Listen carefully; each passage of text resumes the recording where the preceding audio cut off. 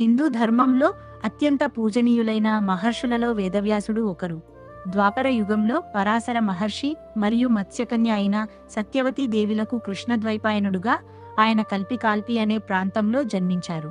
హిందూ ధర్మానికి, ముఖ్యంగా దాని పవిత్ర గ్రంథాలకు ఆయన అందించిన సేవలు అనన్యసామాన్యం. వేదవ్యాసుడు మహాభారతాన్ని రచించడమే కాకుండా అనాదిగా కేవలం శబ్ద రూపంలో మాత్రమే ఉనికిలో ఉన్న వేదాలను లిఖితపూర్వకంగా పొందుపరిచారు. అంతకుముందు వేదాలు తరతరాలుగా కేవలం మౌఖికంగానే ఒకరి నుండి మరొకరికి అందించబడేవి.